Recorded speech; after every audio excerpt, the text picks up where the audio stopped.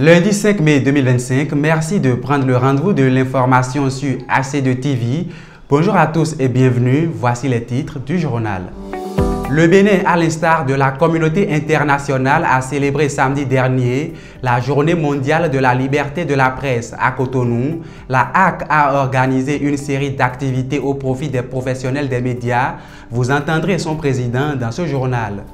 Toujours au menu de ce journal, le 20e Tour cycliste international du Bénin s'est achevé ce week-end à Cotonou avec une double victoire du Sud-Africain Reina Jans van Rensburg. Plus de précisions à suivre dans un instant. Dans la page inter de cette édition, nous irons au Gabon où Brice Clotaire Oligui Nguema est officiellement installé dans son fauteuil de président de la République, puis aux États-Unis où le célèbre rappeur P. Diddy sera face à la justice dès ce lundi pour plusieurs accusations graves. Voilà pour le sommaire, le développement sans plus tarder.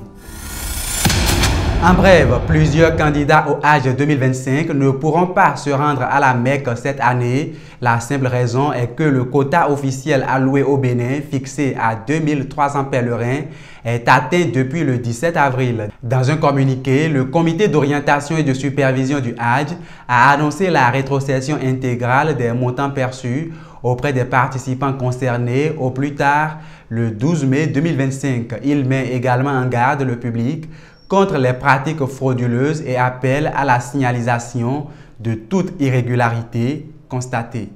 Dans le cadre de la célébration de la Journée mondiale de la liberté de la presse, la Haute Autorité de l'audiovisuel et de la communication a organisé ce samedi 3 mai plusieurs activités à l'intention des professionnels des médias du Bénin. Occasion pour le président de la HAC et ses derniers de faire le point des avancées enregistrées, mais également des défis à relever. Le thème de cette journée est informer dans un monde compliqué. 2 points. L'impact de l'intelligence artificielle sur la liberté de presse et les médias. L'intelligence artificielle, c'est une médaille à 2 faces. Elle a ses avantages. Aujourd'hui, de notre temps, il fallait à chaque journaliste un dictionnaire sur sa table, un calendrier. Et parfois, pour chercher des informations, vous mettez des heures. Aujourd'hui, en un clic, vous avez toutes les informations que vous voulez. Mais comme je le disais, l'autre face de la médaille, c'est la manipulation que permet l'intelligence artificielle. Regardez sur les réseaux sociaux, il y a tellement de fausses informations que le premier réflexe aujourd'hui du consommateur, c'est le doute permanent.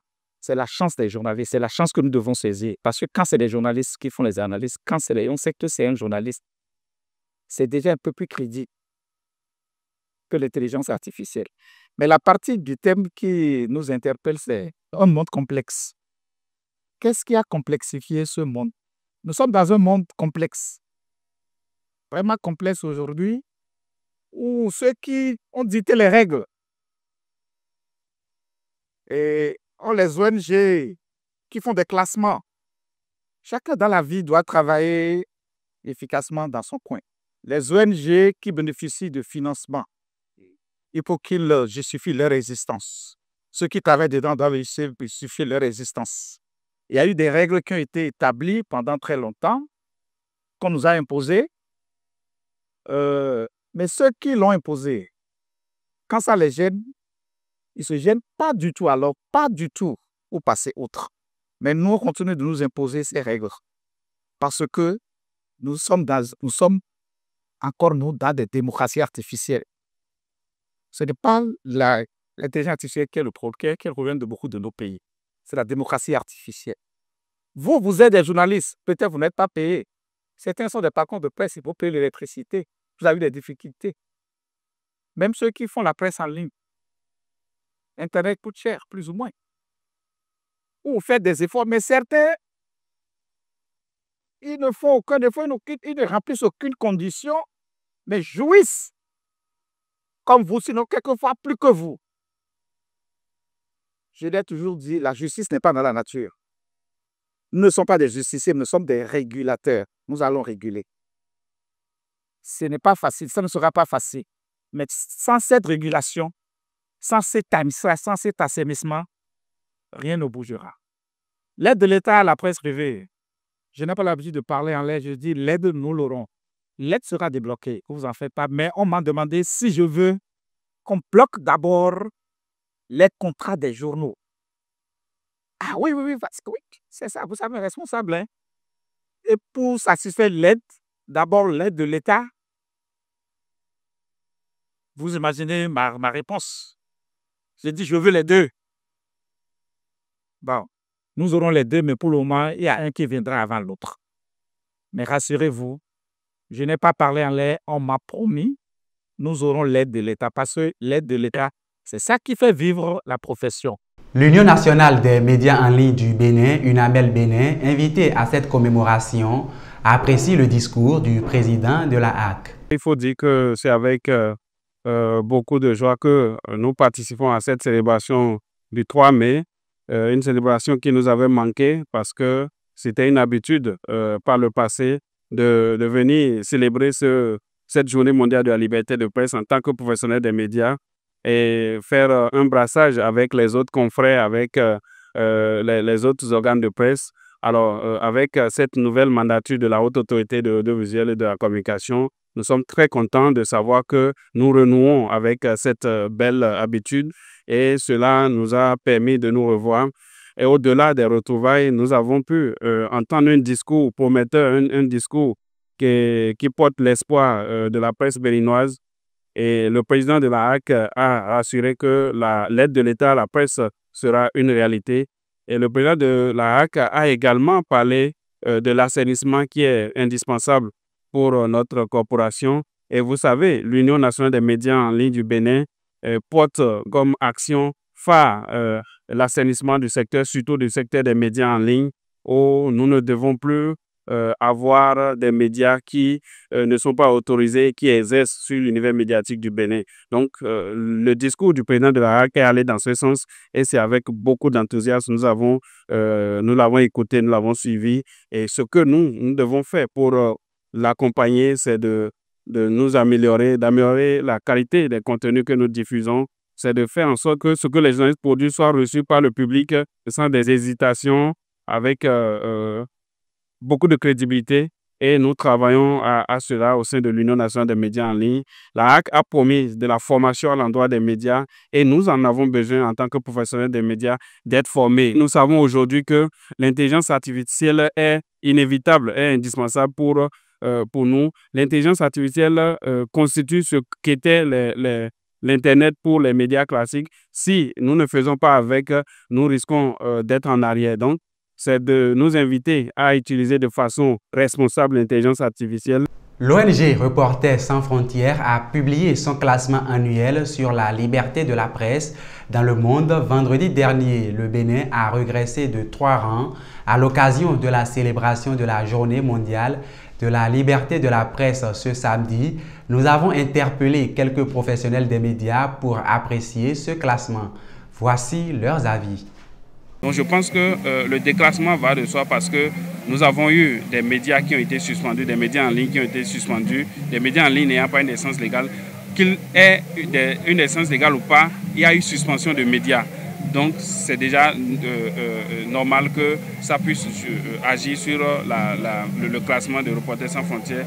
Vous avez également des suspensions de certains médias tels que Bénin Web TV, tels que Gov TV, tels que Reporters Média Monde et bien d'autres. Cela va forcément impacter le classement et nous espérons que ces médias vont se mettre au pas et à partir de cette année, l'année 2025, nous n'aurons plus à assister à la suspension des médias pour non-régularité, mais nous allons assister à des médias qui sont bien légaux, qui exercent en respectant les normes qui sont les nôtres dans la profession.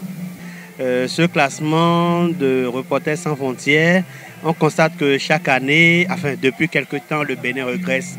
Vous savez, c'est une institution, une structure qui a ses données d'analyse, qui a en fait son baromètre, qui sait comment ou ce qu'il met dans son analyse pour pouvoir faire ce classement. L'essentiel pour nous, c'est de prendre acte de ce classement-là et de voir comment faire pour améliorer, le rang du Bénin. En quoi faisant, en devenant plus professionnel, que les pouvoirs publics prennent la mesure de la chose et sachent que c'est peut-être leurs agissements qui font que Reporters sans frontières classe le Bénin ainsi.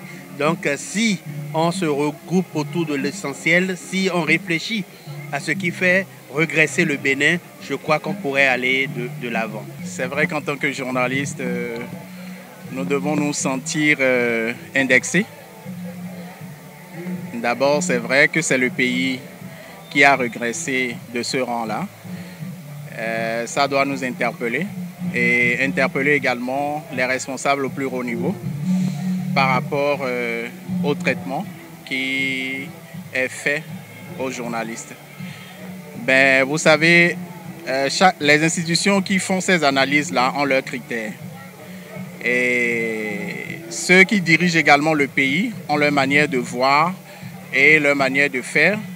Dans nos rangs, il y a beaucoup de choses qui sont à corriger pour permettre à ce que le journalisme au Bénin puisse retrouver ses lettres de noblesse à partir donc de nos organes de presse. Et je pense que c'est dit par le président de l'ARAC, il y a des efforts qui doivent se faire au niveau de la régulation pour permettre à ce que chacun puisse se retrouver. La deuxième phase du projet de renforcement de capacité des filles mères et femmes artisanes, RECAFA 2, a pris fin le mercredi 30 avril 2025. Cette année, le projet a permis de former les filles mères et les femmes du département de l'Ouémé en fabrication de produits cosmétiques, agroalimentaires et autres. Une formation qui s'est déroulée en 3 jours au centre Ablavie-Micrette de Porte-Novo. Voici pour vous le point.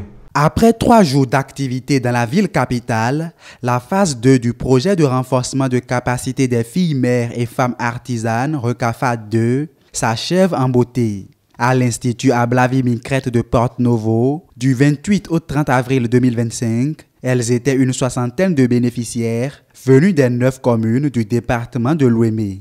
Initié par Lumière Communication que dirige Dorcas Kodia, avec l'appui du Fonds de développement de l'artisanat, ce projet a permis de les former dans la fabrication de produits cosmétiques et agroalimentaires. Elles sont pour la plupart des femmes qui ne jouissent pas d'une bonne autonomie financière et parmi elles, des filles mères ou enceintes. Mais grâce au RECAFA 2, elles ont maintenant de quoi se prendre dignement en charge. Elles savent toutes désormais comment fabriquer du savon de douche, du savon liquide, de l'eau de javel, des pommades ou des crèmes corporelles et des baumes. Mais ce n'est pas tout, elles sont suffisamment outillées pour produire du jus de fruits, du yaourt, des friandises et même des tissus teintés. Mais cerise sur le gâteau, le RECAFA 2 les a outillées sur le branding et les astuces pour mieux séduire la clientèle. Il s'agit de faire comprendre aux bénéficiaires l'importance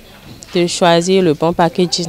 Parce que le packaging est un élément déterminant pour pouvoir valoriser son produit.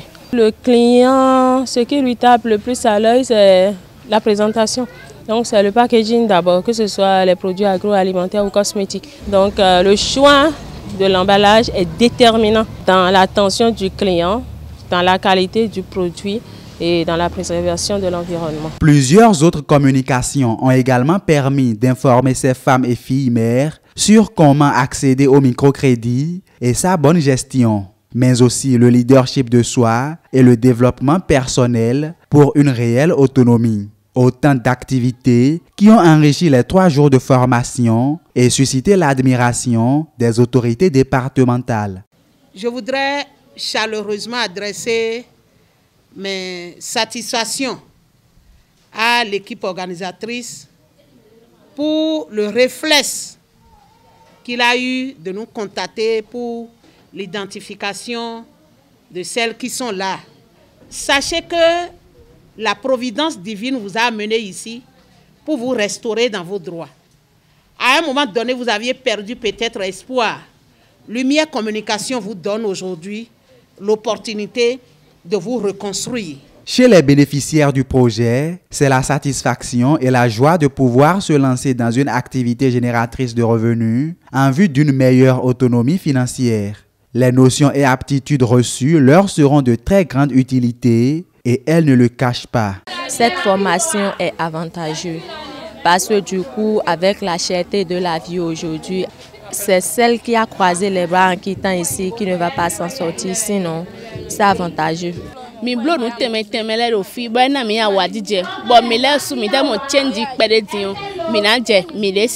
ne savais pas faire certaines choses, mais à l'occasion de cette formation, j'ai appris beaucoup de choses. Souvent, j'achète du savon.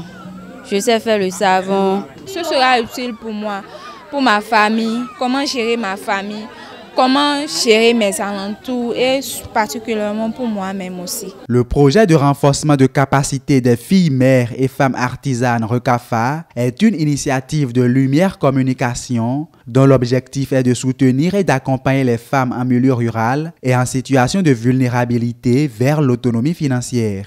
Après la première édition qui a pris en compte les femmes du département du Mono l'année dernière, ce sont désormais leurs sœurs de l'Ouémé qui en sont bénéficiaires cette année. Je l'annonçais en titre, le 20e Tour cycliste international du Bénin s'est achevé le week-end écoulé. Après une semaine de course à travers le pays, c'est le Sud-Africain Reina Jans van Rensburg qui s'est offert la victoire finale. Une victoire qu'il a doublée dimanche en remportant également le Grand Prix de Cotonou. À 36 ans, le coureur sud-africain succède ainsi au Marocain Achraf Ekdomi, vainqueur de l'édition précédente et absent cette année de la compétition.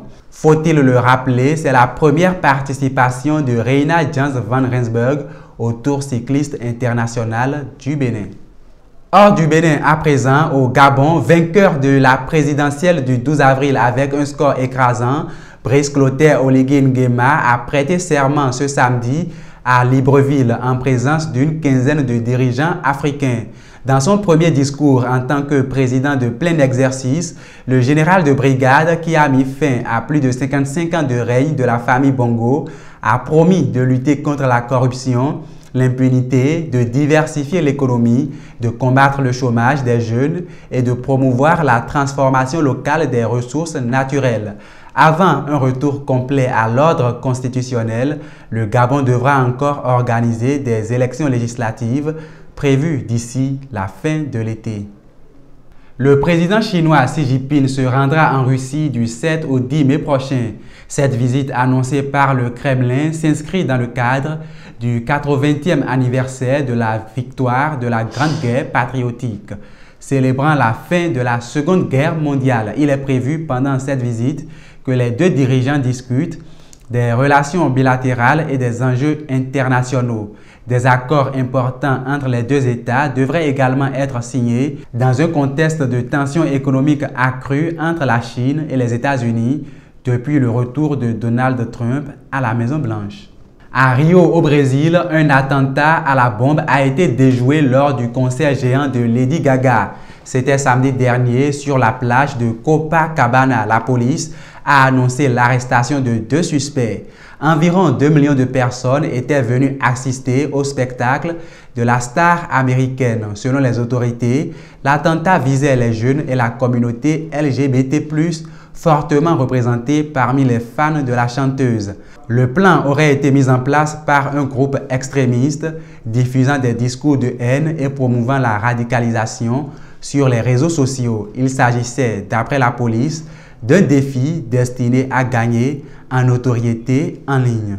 L'un des procès les plus attendus de l'année s'ouvre ce jour aux États-Unis où le tribunal fédéral de Manhattan doit juger P. Diddy, figure emblématique du hip-hop. Âgé de 55 ans, le rappeur et producteur américain est accusé d'avoir mis son empire au service d'un réseau de trafic à des fins d'exploitation sexuelle, transport de personnes à des fins de prostitution, ainsi que des actes d'enlèvement, de corruption et de violence. P. Diddy a bâti depuis les années 90 une immense fortune dans la musique, la mode et les boissons alcoolisées. Le rappeur risque la prison à vie dans ce procès.